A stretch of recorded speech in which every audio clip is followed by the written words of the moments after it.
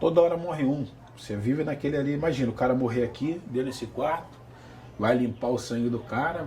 Bon, en ce moment les réveils sont un peu difficiles ici au Brésil. Vous voyez ce que vous venez d'entendre là, en fait c'est le quotidien des prisonniers ici, et depuis le début de l'année, tous les matins ou presque, quand j'allume ma télé c'est violent, c'est le décompte des prisonniers massacrés. Bah oui, parce qu'ici les prisons sont des zones de non-droit. Je m'appelle Nalouen, j'habite à Rio, et je crois que je vais m'en coucher. –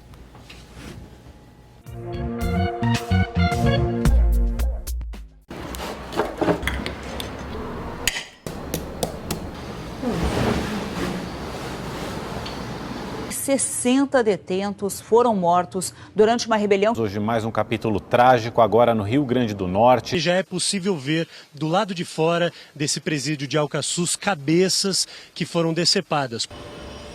Voilà, vous avez eu un petit aperçu du journal le matin ici au Brésil. Rien que depuis le début de l'année 2017, on compte au moins 136 prisonniers morts dans des mutineries. Ce qui se passe en fait, c'est que les principales organisations criminelles du Brésil règlent leur compte derrière les barreaux. En fait, elles se disputent le territoire pour le trafic de drogue.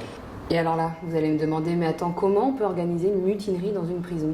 Parce qu'en fait, on peut y faire entrer tout et n'importe quoi. Il suffit d'avoir un peu de pognon pour corrompre un agent pénitentiaire. Et on y laisse passer des couteaux, une scie, hein, ça pourrait servir, ou encore un portable caché dans un livre. Et pour comprendre un peu mieux, je suis allée rencontrer Diné Medina. Il a 35 ans, il a passé 2 ans derrière les barreaux et il m'a expliqué comment ça se passe quand un nouveau détenu arrive en prison. Vai para presídio que é triagem, onde é que tá todo mundo vai para lá, aí assim se divide. É que se concentra mais de 2.000 pessoas, mais de 2.000 presos, sabe?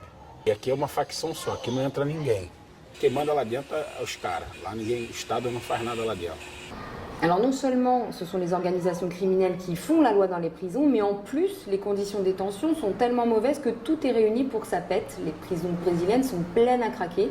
En 1995, le pays comptait 148 000 détenus.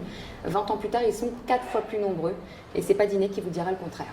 São 4, e aqui é um corredorzinho desse tamanho, onde é que você fica, né? Só nesse espaço aqui, pra cá. Dormia um aqui no chão e dormia outro aqui. Ou dividia a comarca quando estava com 7 ou 8, tinha que dividir. Aí quando a gente voltou de lá, dentro dessa cela tinha 13. Toda hora morre um. Você vive naquele ali, imagina, o cara morrer aqui, dentro desse quarto, vai limpar o sangue do cara. Bon, et les pouvoirs publics dans tout ça, est-ce qu'on fait quelque chose pour éviter ces massacres? Je suis allée poser la question à Marcelo Freixo, il est défenseur des droits de l'homme. É o caos das prisões, é o crescimento das prisões. Sem nenhuma política pública, sem a possibilidade de estágio, de trabalho, sem a possibilidade de colégio, sem a possibilidade de uma formação que venha tirar essa juventude do mundo do crime, que essas facções crescem e passam a dominar também as ruas.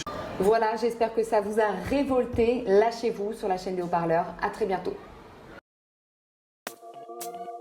Ce qui m'a frappé en arrivant ici à Rio, c'est comment la lutte contre le trafic de drogue justifie la violence. Je voudrais partager avec vous une vidéo, elle date de septembre 2015, elle a été tournée ici à Rio dans une favela. Et on y voit des policiers qui maquillent une bavure.